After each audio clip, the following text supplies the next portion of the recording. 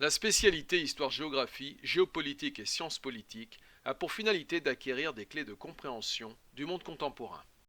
Cette spécialité invite à naviguer sur le plan des relations sociales, politiques, économiques et culturelles aux échelles nationales et internationales. Chaque thème étudié a pour point de départ l'observation critique d'une situation actuelle. L'assaut contre le Capitole par les partisans du président Donald Trump peut ainsi amener à s'interroger sur les institutions américaines, la vie politique de ce pays, sa perception à l'étranger et sur la fragilité de la démocratie.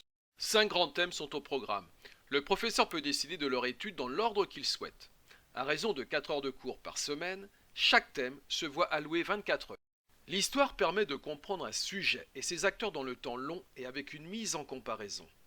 La géographie permet de comprendre les logiques d'organisation et d'influence des acteurs quant au territoire.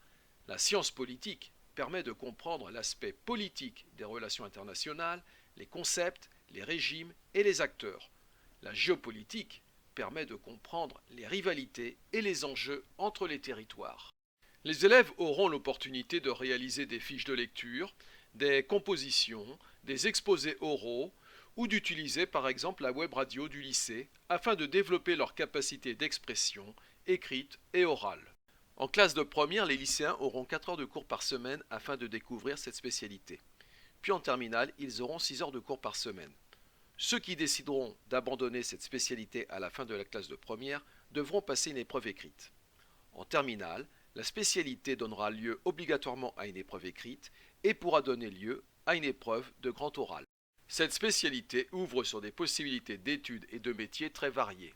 À l'université, il est possible de faire du droit, des sciences économiques, de la sociologie, de l'histoire, de la géographie, de la science politique, de l'administration économique et sociale. Cette spécialité ouvre aussi sur l'école de journalisme, l'Institut d'études politiques, les classes préparatoires aux grandes écoles, les écoles de commerce et de management. Cela peut permettre aussi d'envisager les métiers d'officier de l'armée de terre, de l'air et de la marine nationale, une carrière dans la police ou la gendarmerie, mais aussi l'éducation spécialisée ou d'aller vers par exemple le métier d'architecte en urbanisme et environnement. Pour réussir dans cette spécialité, il faut un esprit curieux, un intérêt pour l'actualité nationale et internationale. Il faut aussi éprouver de l'intérêt pour toutes les formes d'écriture, texte, vidéo et audio.